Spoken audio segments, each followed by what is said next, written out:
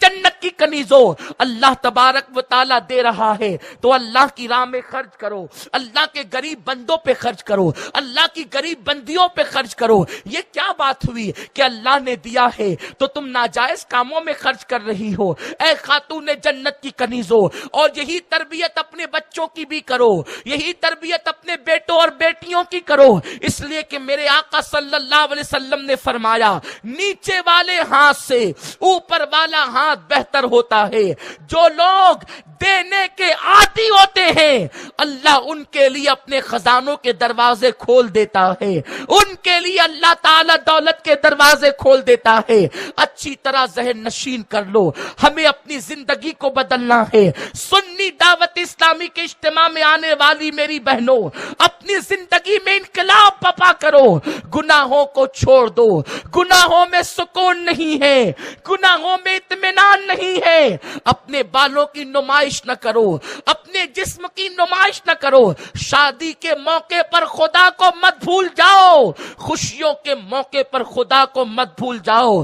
دنیا کی جو قوم خوشیوں کے موقع پر اللہ کو بھول جاتی ہے اور گناہ کرتی ہے، اس قوم سے اللہ ہمیشہ کے لیے خوشیوں کو چھین لیتا ہے۔ اللہ اس قوم سے خوشیاں چھین لیتا ہے۔ اگر ہمیشہ خوش رہنا ہے تو خوشیوں میں اللہ کو یاد کرو، اللہ کے رسول کو یاد کرو، خدا کو خوش کرنے کی کوشش کرو، رسول کو خوش کرنے کی کوشش کرو۔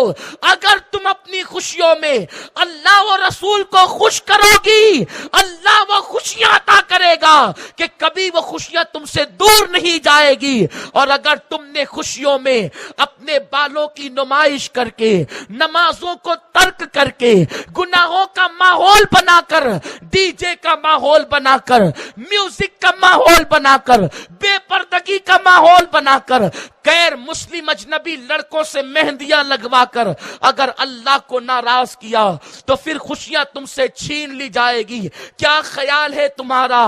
بڑے بڑے بادشاہوں کی ملکاؤں سے اللہ نے خوشیاں چھین لیا۔ میری بہنوں، ہم ایسی عورتوں کو بھی جانتے ہیں کہ جن کے شوہروں نے ان کے دل پر بڑے بڑے شہروں کو آباد کیا، بڑے بڑے شہر آباد کیے، لیکن آج ان عورتوں کی قبروں کا نشان نہیں۔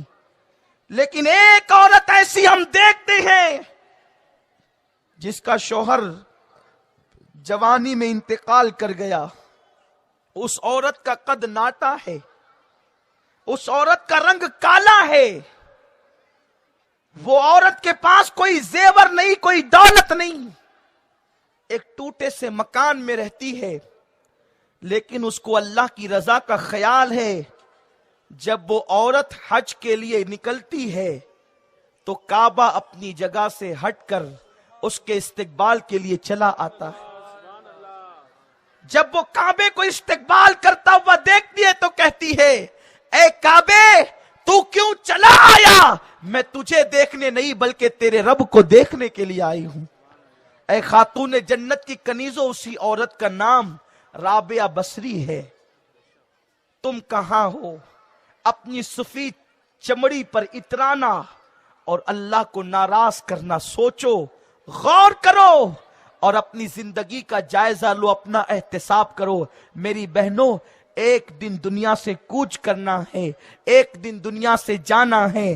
سنی دعوت اسلامی آپ کو یہی پیغام دیتی ہے کہ اپنے آپ کو بدلو، اور بدلنے کا بہترین طریقہ ہے کہ ہم اللہ کی بارگاہ میں سچی توبہ کریں، اپنے گناہوں سے لوٹ جائیں، اپنے گناہوں کو چھوڑ کر، اپنے گناہوں سے نادم ہو کر پلٹ جائیں اور پلٹیں، اور اپنے آپ کو ایسا بدل دے کہ جو دیکھے وہ تمہیں اللہ کی کنیز کہہ کر پکارے، مصطفیٰ کریم کی کنیز کہہ کر کے پکارے۔ میری نوجوان بہنیں، میری بوڑھی مائیں اور میری بچیاں قوم کی، اگر وہ یہاں سب موجود ہیں، میں امید کرتا ہوں انشاءاللہ ابھی مغرب کے بعد حضور امیر سنی دعوت اسلامی کا خطاب ہوگا اور اس کے بعد ذکر و دعا کی محفل ہوگی، اور ابھی بھی توبہ کی قبولیت کا وقت ہے۔ میری بہنیں سچی توبہ کرے، اس لیے کہ جب توبہ سچی ہوتی ہے تو زندگی میں انقلاب آ جاتا ہے۔